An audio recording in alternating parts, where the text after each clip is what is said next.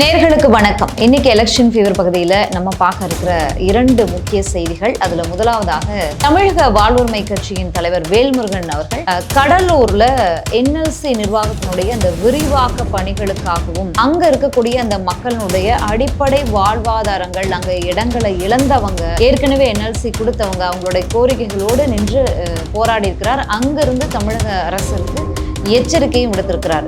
இது தொடர்பாக விரிவாக பார்க்க இருக்கிறோம். இன்னொரு விஷயம் என்ன அப்படின்னா, அண்ணாமலை அவர்களுடைய திட்டம் என்ன, எந்த வியூகத்துல அவர் பயணிக்கிறார், அதாவது ஒரு வாரத்துக்கு முன்பு என்ன பேசுறார், மறுவாரம் என்ன பேசுறார், அவருடைய நடவடிக்கைகள் என்னவாக இருக்கிறது, அவரை எப்படி பாஜக கையாள்கிறது அப்படிங்கிற விஷயத்தை பத்தி டீட்டெயிலா பேச போறோம். வீடியோவுக்கு போகலாம். முதல்ல தமிழக வாழ்வுரிமை கட்சியினுடைய தலைவர் வேல்முருகன் கடலூர் மாவட்டத்தில் NLC நிர்வாகம் ஏற்கனவே கிட்டத்தட்ட 15,000 ஏக்கர் பக்கம் விளைநிலங்களை, விவசாய பூமிகளை NLC பணிக்காக கையகப்படுத்தி இருக்கிறது. அந்த இடங்கள்லேயே கறி எடுக்கிறது, அந்த இடங்கள்லேயே NLC பணிகளை தொடர்வது, அதை விட்டு NLC விரிவாக்கம் அப்படிங்கிற பேர்ல புதிதாக இடம் கையப்படுத்துவதற்கான வேலைகளில் இறங்கி இருக்கிறது. இது வன்மையாக கண்டிக்கிறோம். இதற்கு தமிழக அரசு துணை போக கூடாது, அதிகாரிகள் துணை போக கூடாது அப்படிங்கிற கண்டனத்தை அங்கிருந்து பதிவு பண்ணியிருக்காரு. அந்த பகுதி மக்களுடைய கோரிக்கைகளையும் அங்கிருந்து பேசியிருக்காரு. அவர் என்ன மெயினா சொல்லக்கூடிய விஷயம் என்னன்னா, இங்க இருக்கக்கூடிய விவசாய விளைநிலங்களை நீங்க கையகப்படுத்தவே வேண்டாம், உங்க பணமே எங்களுக்கு வேண்டாம், எங்க நிலமே எங்களுக்கு போதும் அப்படிங்கிறதா மக்களுடைய கோரிக்கையா இருக்கிறது. நான் உட்பட எந்த அரசியல்வாதியினுடைய பங்கீடும் இதுல வேணாம், தலையீடும் இதுல வேண்டாம், நீங்களே நேரடியா மக்களை சந்திங்க, மக்கள் பிரச்சனைகளை, அவங்களோட கோரிக்கைகளை கேளுங்க, அதுக்கு செவி கொடுத்து அவங்களுடைய விருப்பம் என்னவோ, அவங்களுடைய வேண்டுகோள் என்னவோ அதன்படி இந்த அரசு செயல்படட்டும். இந்த அரசு இல்ல இங்க இருக்கக்கூடிய அதிகாரிகள், மாவட்ட ஆட்சியர், கீழே இருக்கக்கூடிய இந்த ரெஜிஸ்டர் ஆபீஸ் அதிகாரிகள், இவங்க எல்லாமே என்ன அமித்ஷா அவர்கள் கீழே இருக்காங்களா, இல்ல அதானி கையில இருக்காங்களா? தமிழக அரசின் கீழே தானே இருக்காங்க. அப்புறம் அவங்களுடைய கோரிக்கைகளை நிறைவேற்றுவதுல என்ன முரண் இருக்கிறது, ஏன் இந்த அதிகாரிகள் மக்களுக்கு எதிரான விஷயங்களை ஈடுபடுறாங்க அப்படிங்கிற மாதிரி அவர் அங்கிருந்து பேசியிருக்காரு. குறிப்பா 1-2 விஷயங்களை சொல்லியிருக்காரு. என்ன அப்படின்னா, ஏற்கனவே 2017க்கு முன்பாக கையகப்படுத்தின நிலங்களுக்கு ஏக்கர் ஒன்றிற்கு 1 கோடி அப்படிங்கிற வீதத்துல அவங்களுக்கு நிவாரண தொகை வழங்கணும், குடும்பத்துல ஒருத்தருக்கு வேலை வழங்கணும்.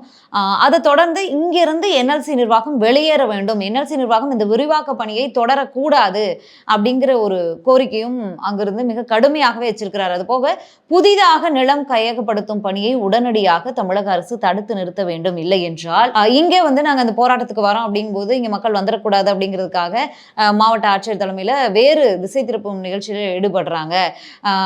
நாங்க இது போராட்டத்தை திசை மாற்றம் நினைச்சா நடந்துருமா, நான் என் கட்சி தொண்டர்களோட இங்க மிகப்பெரும் போராட்டத்தை, சிறை நிரப்பும் போராட்டத்தை நான் நடத்துவேன் அப்படின்னு சொல்லி தமிழக அரசுக்கு எதிராகவே ஒரு கோரிக்கையும் கடுமையாகவே வச்சிருக்காரு. எச்சரிக்கைன்னே சொல்லலாம். அதாவது கூட்டணியிலேயே இருந்தா கூட தொடர்ந்து அவருடைய தொகுதி சார்ந்த பிரச்சனைகளுக்கு மட்டும் இல்லாம தமிழ்நாட்டில் நடக்கக்கூடிய பல பிரச்சனைகளுக்கு உரக்க குரல் கொடுத்துக்கிட்டு இருக்கார். அவருடைய குரல்கள் தொடரட்டும் அப்படிங்கிறதா அவருடைய ஃபாலோவர்ஸ்னுடைய கமெண்ட்ஸ்களா இருக்கு. அவருடைய வீடியோல நம்ம போய் கமெண்ட்ஸ்ல பார்த்தோம்னா தெரியுது எந்த மாதிரி மக்கள் இதுக்கு ரியாக்ட் பண்றாங்க அப்படிங்கறத பார்த்தாவே நமக்கு தெரியும்.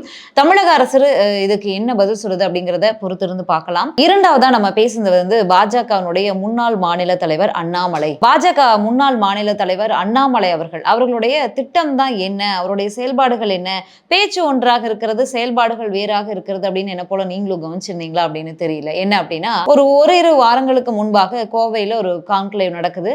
அங்க துக்ளக் ஆசிரியர் குருமூர்த்தி கலந்துக்கிறாரு, திமுக சார்பா ஒரு வழக்கறிஞர் சரவணன் கலந்துக்கிறாரு, அப்படி பல்வேறு நபர்கள் கலந்து கொண்டு அந்த நிகழ்ச்சியில பாஜக முன்னாள் மாநில தலைவர் அண்ணாமலை அவர்களும் கலந்துகிட்டார். அங்க அவர் பேசும்போது திமுகவை 2026 தேர்தல தோற்கடிக்க முடியாது, திமுக ரொம்ப ஸ்ட்ராங்கா இருக்காங்க, அவங்க நல்லா ஆட்சி பண்ணிட்டு இருக்காங்க அப்படிங்கிற மாதிரி கருத்துக்களை அங்க பதிவு பண்ணியிருந்தார். இன்னைக்கு திமுகவுக்கு எதிராக இந்த வாரம் பிரஸ் மீட்ல பேசிக்கிட்டு இருக்காரு. விஜய் அவர்களுடைய ஓரிரு வாரங்களுக்கு முன்பு கோவையில் நடந்த நிகழ்ச்சியில திமுகவுக்கு ஆதரவான ஒரு கருத்தை பதிவு பண்ணாரு.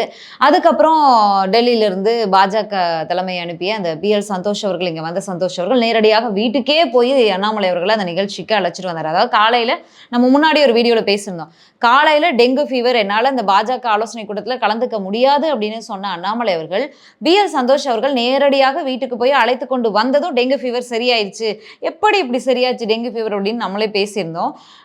அந்த நிகழ்ச்சியில் கலந்துக்கிறாரு, பேசுறாரு, எல்லாமே நடந்துச்சு.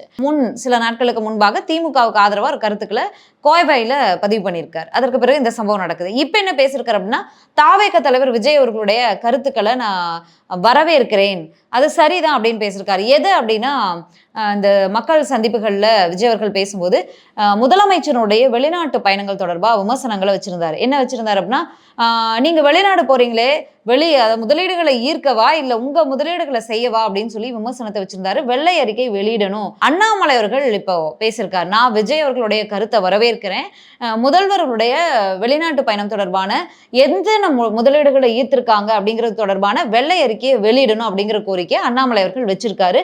திமுக மீதான விமர்சனங்களையும் சபாநாயகர் அப்பாவு மீதான விமர்சனத்தையும் கடுமையாகவே வச்சிருக்காரு. ஏன் அப்படின்னா, சபாநாயகர் அப்பாவு வந்து விஜய் அவர்கள் தொடர்பான விமர்சனத்தை வச்சிருந்தாரு. அதற்கு பதிலடி தரும் விதமா அண்ணாமலை அவர்கள் இப்படி ஒரு விமர்சனத்தை வச்சிருக்காரு. ஏற்கனவே ஒரு ஒன்லைன் என்னன்னா, தாவேக தலைவர் விஜய் அவர்களை இயக்குவது பாஜக தான், பாஜக கொடுத்த அழுத்தத்துல தான் அவர் வந்து கட்சி தொடங்கி அரசியல் பண்ணிக்கிட்டு இருக்காரு, அவருக்கு அரசியல பெரும் விருப்பமே இல்லை அப்படிங்கிற விமர்சனங்கள்லாம் இருக்கும்போது இப்படியான காட்சிகளை திடீர்னு பார்க்கும்போது ஒருவேளை உண்மையா இருக்குமோ அப்படின்னு எனக்கு தோணுது. உங்களுக்கும் தோணுச்சுன்னா கமெண்ட்ஸ்ல வந்து பதிவிடுங்க. இன்னொரு விஷயம் என்னன்னா, ஒரு சில தினங்களுக்கு முன்பாக சூப்பர் ஸ்டார் ரஜினிகாந்த் அவர்களை பாஜக முன்னாள் மாநில தலைவராக இருந்த அண்ணாமலை அவர்கள் சந்திச்சு பேசியிருக்காரு. கிட்டத்தட்ட 1 மணி நேரம் வரைக்கும் அந்த சந்திப்புகள் வந்து போயிருக்கு. அந்த சந்திப்புல என்ன பேசினார் அப்படின்னு எதுவும் வெளியாகாத பட்சத்துல இந்த சந்திப்பு வந்து ஏற்கனவே அண்ணாமலை அவர்கள் புதிய கட்சி தொடங்க இருக்கிறாரு, பாஜகவில் அவர் ஒதுக்கப்படுகிறார், அவர் மீது 1000 குற்றச்சாட்டுகள், சொத்து சேர்த்தது மட்டும் இல்லாம கட்சிக்கு எதிராகவே செயல்பட்டிருக்கிறார், திமுக அமைச்சர் அதிமுகவுல இருந்து எல்லாரிடமும் வந்து பணம் வாங்கி சொத்து சேர்த்திருக்கிறாரு, கட்சிக்கு எதிராக செயல்பாடுகள் ஈடுபட்டிருக்காரு, நாடாளுமன்ற தேர்தல் நேரத்துல அதிமுகவும் பாஜகவும் ஒன்றா இணைந்து போட்டி போட்டிருந்தா அட்லீஸ்ட் அவங்க வந்து சொல்லுவது வந்து 10, 15, 20 வரைக்கும் சொல்றாங்க, அட்லீஸ்ட் ஒரு 5 தொகுதிகளாவது வின் பண்ணியிருப்பாங்க. ஆனா அந்த பாயிண்ட்டை உடைத்து விட்டது அப்படிங்கிறது அண்ணாமலை அவர்கள் தான். ஆக இந்த கூட்டணிக்கு எதிராக செயல்படுறதே அவர் தான் அப்படிங்கிற ஒரு பெரும் விமர்சனத்தை பாஜகவில் இருக்கக்கூடிய ஒரு பெரும் கூட்டம் வைத்திருக்கும் போது பாஜக தலைமை அதை கையில் எடுத்திருக்கிறது. எடுத்துக்கொண்டு அண்ணாமலை அவர்களை கொஞ்சம் ஒதுங்கி இருக்க செய்திருக்கிறது. இதன் ஒரு கோபத்தின் வெளிப்பாடாதான் அண்ணாமலை அவர்களுடைய கருத்து கோவையில் ஒரு மாதிரி வருகிறது. அதுக்கப்புறம் சென்னை வந்த பிறகு, அதாவது BL சந்தோஷ் அவர்களுடைய வருகைக்கு முன் ஒரு மாதிரி வந்தது, வருகைக்கு பின் வந்து வேறு மாதிரி வந்தது. ஸோ இந்த மாற்றங்களுக்கு காரணம் அதுதான். அண்ணாமலை அவர்கள் ஆமா நான் கட்சி தொடங்கும் போது சொல்றேன் அப்படின்லாம் ப்ரெஸ் மீட்ல வந்து ரொம்ப இதுவாக பேசியிருக்காரு. என்னுடைய சந்திப்பு சூப்பர் ஸ்டார்களுடைய சந்திப்பு அப்படிங்கிறது நட்பு ரீதியிலானது, என்னுடைய தலைவராக நான் அவரை வந்து ஏற்றுக்கிட்டேன், சினிமாவில் மட்டும் நான் வந்து அவரை ரசிகனா நான் வந்து இல்லை, அவரை வந்து என்னுடைய குருவா நான் வந்து அவருடைய வாழ்வில் தொடர்ந்து எடுத்துக்கிட்டேன் அப்படின்லாம் சொல்லியிருக்காரு. இதுக்கு நீங்கள் என்ன கமெண்ட்ஸ் பண்ண போறீங்க அப்படிங்கிறது எனக்கு தெரியலை.